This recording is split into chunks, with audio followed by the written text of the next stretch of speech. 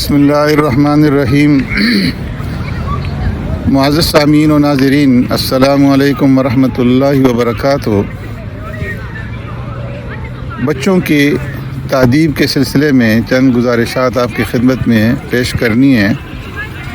معلم انسانیت آقا نامدار سرور کائنات رحمت دو عالم صلی اللہ علیہ وسلم کو بچوں سے بڑی محبت تھی۔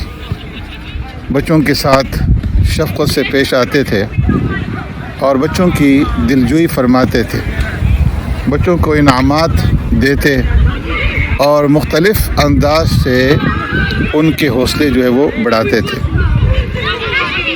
پیارے پیغمبر صلی اللہ علیہ وسلم نے بچوں کو بڑا پیارا خطاب دیا ہے، فرمایا کہ وَإِنَّهُمْ لَمِن رِّيحَانِ اللَّهِ، یعنی بچے اللہ کے ریحان ہیں، اور ریحان کا معنی خوشبودار پھول کے بھی آتے ہیں اور رب العالمین کی بخشش اور عطیے کے بھی آتے ہیں، اور دونوں معنوں کے لحاظ سے یہ بات ٹھیک بنتی ہے۔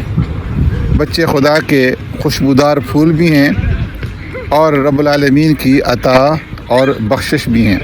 تو بچوں کے بارے میں عرض کر رہا تھا کہ آج جو بچے ہیں کل یہی بچے قوم و ملت کے معمار بنیں گے، اس لیے شروع ہی سے ان کی معیاری تعلیم و تربیت کی ضرورت ہے، جس کی ذمہ داری ہم پر ڈالی گئی ہے۔ ایسی ذمہ داری جس کے بارے میں رب العالمین کی ہاں ہم سے پوچھ گچھ ہوگی، چونکہ بچوں کا ذہن بچگانا ہوتا ہے، اس لیے وہ اپنے نفع اور اپنے نقصان اور سود و ضیاع کے شعور اور احساس سے جو ہے وہ خالی ہوتے ہیں، ناواقف ہوتے ہیں۔ تو اس کے نتیجے میں ان سے ناکردنی افعال کا صدور ہوتا ہے، کھیل کود میں پڑھ کر کے تعلیم سے بدذوقی کا بھی ثبوت دیتے رہتے ہیں۔ بعض والدین اور اساتذہ تو ایسے ہیں کہ وہ اس سلسلے میں بچوں کو بالکل ڈھیلے چھوڑ دیتے ہیں اور ذرا بھی ان کو تنبیہ نہیں کرتے، خواہ اس میں حد سے بڑھ جائیں، لاڈ اور پیار کا دخل ہو یا بے حسی کار فرما ہو، اور بعض ایسے ہیں کہ بہت زیادہ سختی کرتے ہیں، غصہ میں اور تیش میں آ کر کے بچوں کو اتنا مارتے ہیں کہ انہیں اندرونی چوٹ جو ہے وہ لگ جاتی ہے، اندرونی سزا دیتے ہیں، اور اس مار اور اس سزا کے نتیجے میں وہ شرعی، عقلی اور اخلاقی حدود کو بھی پھلانگ جاتے ہیں۔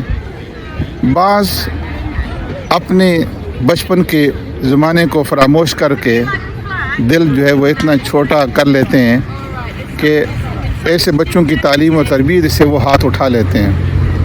یہ سارے راستے جو ہے یہ افراط اور تفرید کے ہیں۔ اسلام کی ہر تعلیم جو ہے وہ اعتدال کے اوپر مبنی ہے، اس لیے حضرت تھانوی رحمۃ اللہ تعالی علیہ نے بچوں کی تعلیم و تربیت کے بارے میں بڑی حکیمانہ باتیں جو ہیں وہ پیش فرمائی ہیں۔ انشاءاللہ موقع ہوا تو پھر کسی وقت آپ کے سامنے ان کے وہ اقوال جو ہے وہ پیش کروں گا۔ تو بچوں کی تعلیم اور تربیت کا خاص طور پر جو ہے وہ خیال فرمائیں۔ سبحانک اللہم بحمدک نشہد ان لا الہ الا انت نستغفرک ونتوب الیک۔